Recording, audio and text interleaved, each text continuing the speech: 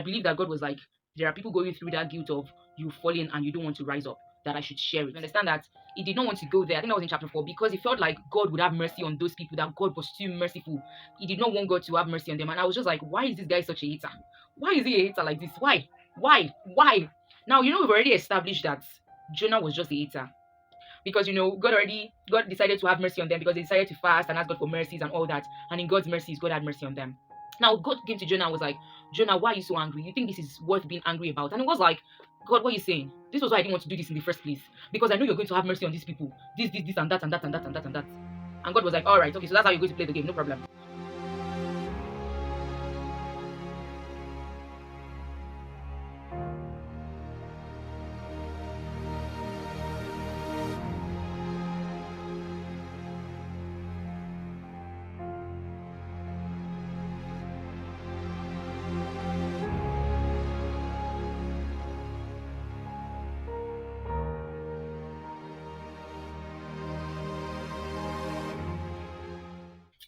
Right? Let me say hello there, lovelies. Welcome again to another episode of Later Drops from Jemima. My name is Jemima. Yeah, and I will be your host on this YouTube channel. Okay, so it's been a while on here. Yeah, it's been a while. I mean, I've been putting out videos, shorts. If you've not seen them, you should probably check them out. Okay, but let's not get too much into that. Let's get into what we have for today. So, as you probably can see, we are talking about the mercies of God, and it's going to be quite a story time because I have a personal experience. I'm going to share my experience with you, and you learn from the experience basically. And then that when you experience something for yourself, it eats differently, yes, from when someone tells you. When you have a personal experience of something, it's on another level, very different from probably stories you've heard. All right, so that's like something that's is intriguing me basically. I'm sure that a lot of us have been in a situation where we feel like we're guilty of something, and it feels like you're not worthy to do this. Okay, so that was what happened to me. There was a time that for like 2 or 3 days, right, I was just watching movies, and then my alarm comes on. Oh, it's time to read your Bible, or it's time to pray or something. And then I'm just like so engrossed with what I was doing, and I'm just like, just watching the movie for a little while would not hurt. I mean, it doesn't take anything away. The grace of God is sufficient. All those kind of things. Sometimes we tend to take the grace of God for granted. Now, I think that went on for like 3 days. And then there was a time after that time I wanted to pray, and that guilt started eating me, that God was calling you at this time, but you did not answer. Now you want to pray to God. Why do you expect him to answer you? I mean, that's is justifiable. But you should not, if you fall, does not mean that you should remain fallen. Okay, the lies of God was calling you, you did not answer him, now God is not going to answer you, those are lies of the devil. It's not justifying you not answering God when Jesus was calling your name. Okay, it's not justifying that. But if you remain in the mode where you're falling, nothing happens. Honestly, nothing happens. It does not change who God is, and it does not make your situation any better, right? Even if you're falling, don't stay falling. Like I said, call on God. God is a very merciful God. All right, so I was in that state of Jesus is not going to answer you, God is not going to answer you because you did not answer him. But I know deep down me that God is a merciful God. So I was just lying down on my bed and struggling to do that prayer, I was looking at my Bible. I was just, I was just in that dilemma basically. All right. So I was, trying to read my Bible. Nothing was happening. I was trying to pray, trying to worship. It was not funny. I was just there struggling on that bed. But, I just kept pressing. I was praying in my spirit. At the time, I couldn't even open my mouth. But I was just there. I was just just like, I'll just stay here. I'll be here. God, I'll be here until you answer me. All right. So, I remained there.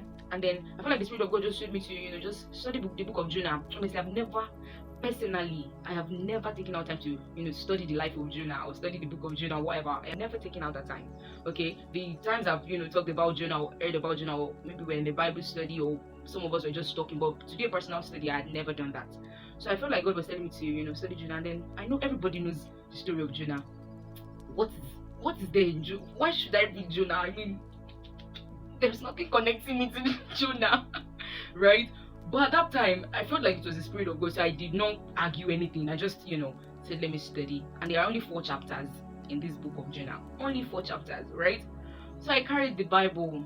And honestly, as I finished studying, and as I was studying, I knew that God was, drawing me. I knew that God was answering me at that point. Okay, so I studied the book of Jonah, and there are some lessons from there. There are the lessons that God opened my eyes to in that book of Jonah. They're not anything that I've heard from anybody. And then those revelations just gave me assurance that God still hears you and God still answers prayer. Even if you stray, God is always there waiting for you. As I finished studying, I believe that God was like, there are people going through that guilt of you falling and you don't want to rise up, that I should share it. So I wrote a lot of them now. As much as I wrote it in my personal quiet time book, I also wrote it in my content creation book, because I believe that God wants me to talk to someone out there that you should not remain in the fallen state.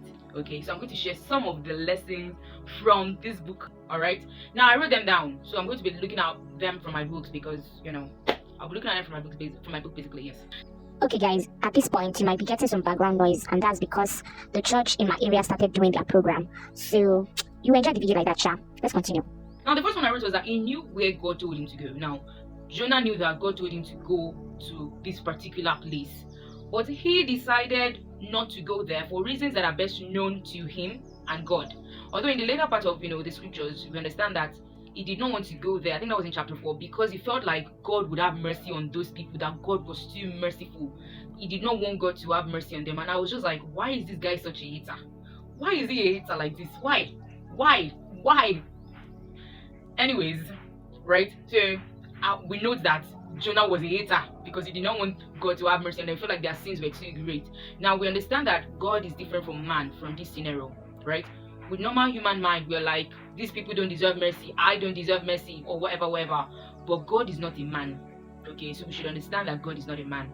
Okay, and then we also know that disobedience has consequences. Now the disobedience of Jonah, where God told him to go, to Nineveh, but he went to, is it Tarsus something? He went somewhere else basically, right? It had the consequence of of his disobedience was there. The fact that he was in that ship going to another place, and there was a storm and everything. We can see that was one of the consequences of his disobedience, right? Now every disobedience has consequence, but God is merciful. Now the next thing is that we know that Jonah prayed even though he disobeyed God. He did not recline into the fact that there was a storm. Now after they all casted the lots and everything, they realized that they were in that storm because Jonah was running away from the presence of God. Jonah disobeyed God. That was why they were in that that chaos. Okay, but even though he knew that this was because of his disobedience, he did not recline into that fact that he disobeyed God. He still went ahead to pray to God. All right, so that tells you that even though you've disobeyed, you realize that you've disobeyed, but that does not mean you should keep running away from God. Anything that will keep you from talking to God, anything that will keep you on your toes to be running away from God, is not from God. Another thing I wrote is the wise thing to do when you realize that you have gone out of the way of God is to call on him for mercies, not to run away from him. Just like I've said, you realize that you've disobeyed God, you realize that you've done something wrong. The wise thing to do is to ask God for mercies, not to run away from God. I mean, it's foolishness to be running away from God when you know that honestly it's foolishness. Yes. All right, we can say that in Jonah chapter 2 verses 3 to 9. All right, now after his prayer, now these prayers were the prayers that were going on was when Jonah was in the belly of the fish. Yes, it was in the belly of the fish. We all know he spent 3 days in the belly of the fish, but he did not just spend those 3 days there. Obviously he was not eating anything, so that means he was on fasting, compulsory fasting. Okay, so you don't just spend 3 days there, he spent 3 days in the belly of the fish, and he was praying to God. So in as much as you've gone out of the way of God, still talk to God. Even if you feel like it's a struggle, keep struggling that struggle. Keep knocking that door. God will open the door for you, baby. All right, now after his prayer, God spoke to the fish. Okay, he prayed to God in a solitary place. What did I write about this? Shut off the things that are distracting you from talking to God. If you need to do a social media or a phone fast, do it. Now I've done this before a lot of times. Do a fast from watching movies. Fast is not just staying away from food. I've talked about that before on the channel. Why your fasting and prayer might not be effective. You can watch that. All right, I'll put the link in the description. Okay, now if you feel like what is taking you away from God is one particular thing, stay away from it. Someone told me one time that God will not give you a job that will take your time from him. If God provides a job for you and that job is taking the time that you're supposed to be spending with God, it was not God that gave you that job.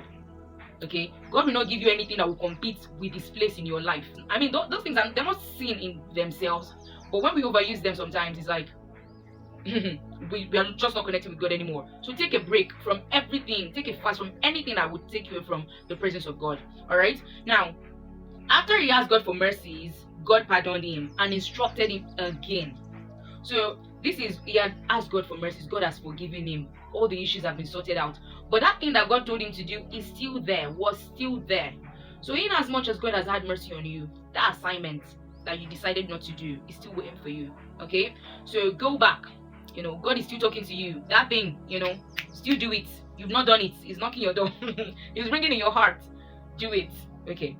Yes. God is still merciful that He will not throw you away. So even after you've asked God for mercy, He will still speak to you. The final part, and I would say that this is the part that really caught me, was in Jonah chapter 4, that God had mercy on the people of Nineveh. Yeah. Now, we've already established that Jonah was just a hater. I don't know why he was hating on the people of Nineveh. I don't know, maybe they took his wife. I don't know, maybe they did something to him. I don't know why he was, hating on them so badly.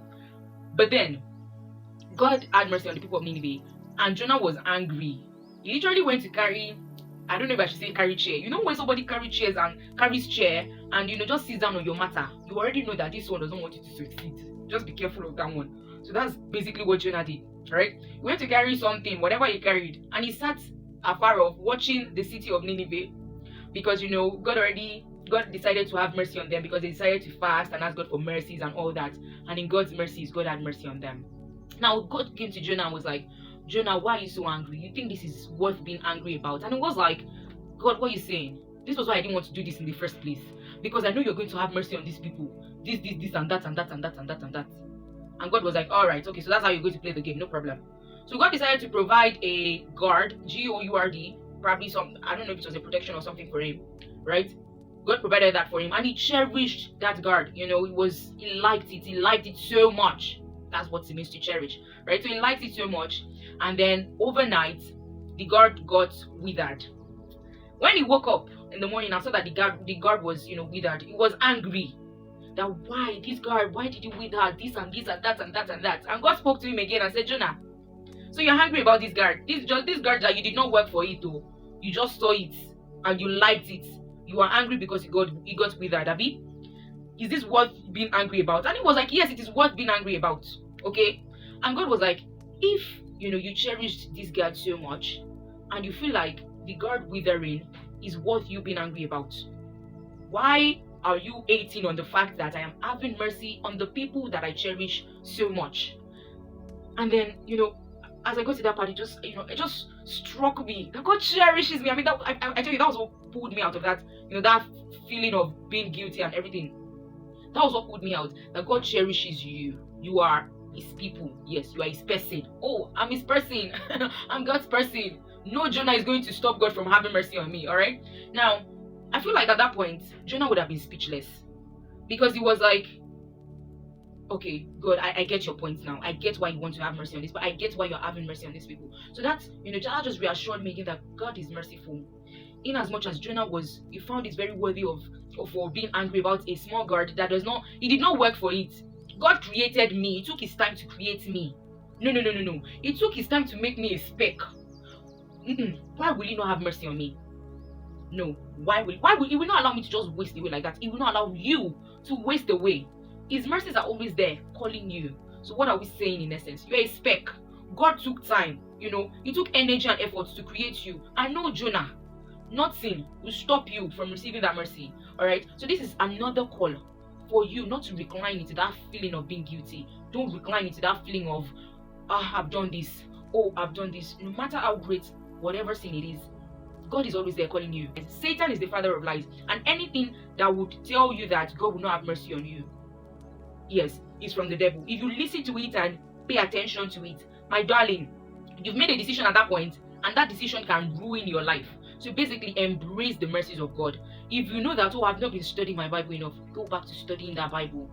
Remaining in that position of not studying that Bible does not add to you. It only subtracts from you. Remaining in that position of not fellowship with God does not add to you. It only subtracts from you too. So what are we saying in essence? Disobedience has consequences, but God is merciful and is always there to call you back home. All right, I feel like this thing is giving me joy. All right, so that's basically it for today's video. All right, if you were blessed, you know that God has spoken to you through this video. Share this video with people. Please don't be like the video, okay? Don't be a hater. Don't be like Brother Jonah, okay? Like the video.